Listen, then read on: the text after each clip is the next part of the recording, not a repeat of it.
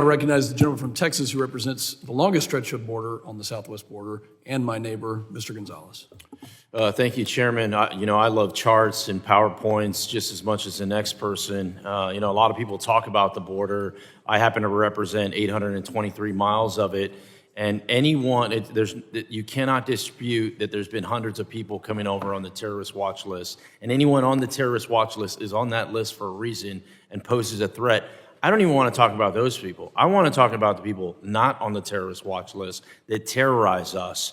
I represent a district that stretches from San Antonio to El Paso. Eagle Pass, Del Rio, Uvalde, El Paso is all in my district. And one of my concerns that I have is a rise in Venezuelan gangs, Tren de Agua, TDA.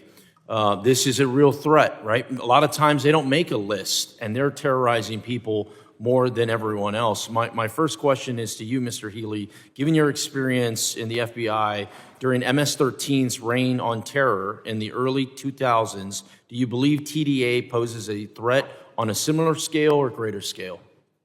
The same. What I didn't include is that not only terrorists are coming across the country, but criminals.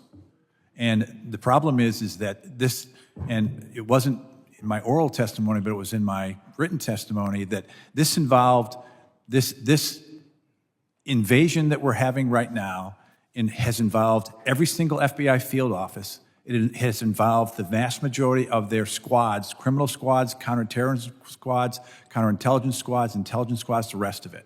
So this is a serious problem and a concern. So in my district, we see it firsthand. I mean, I visited a facility out in Pecos, out in West Texas, where these criminal aliens get housed, right? Ones that have committed heinous crimes. You try walking through a prison, that's not a fun experience. Try walking through a prison with some of the worst illegal aliens are there waiting to be either their time incarcerated or be deported. I would argue that TDA makes MS-13 look like Boy Scouts.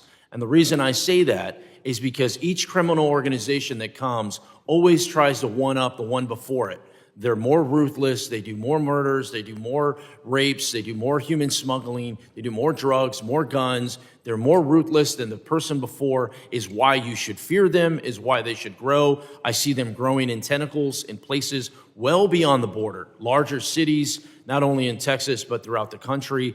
And this is the danger. We're barely now just talking about TDA as if they're similar to MS-13. They're worse, and they're going to get a whole lot worse. My second question to you for Mr. Healy is, what strategies can we implement to better equip law enforcement to address this threat? And centering it toward the border, we've got to go back to what we did to keep them out. We have to start there. I understand the fact that there is challenges all over the world. I understand the fact that there's domestic terrorism around.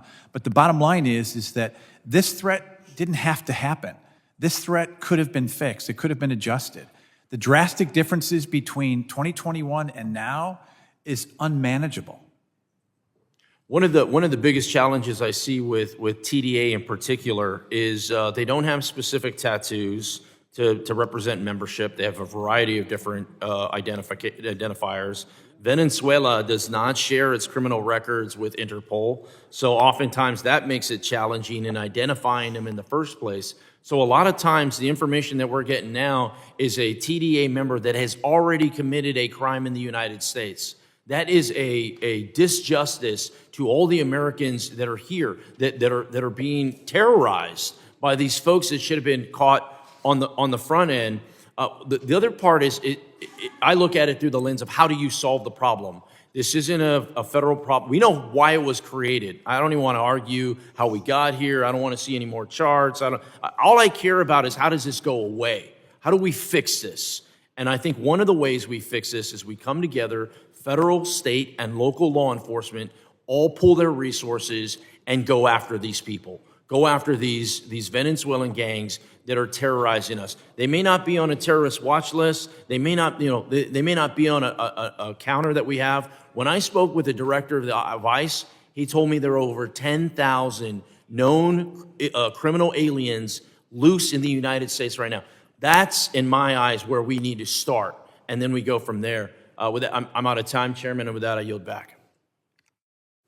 Gentleman yields. The gentleman from California, Mr. Garcia, is recognized for 5 minutes.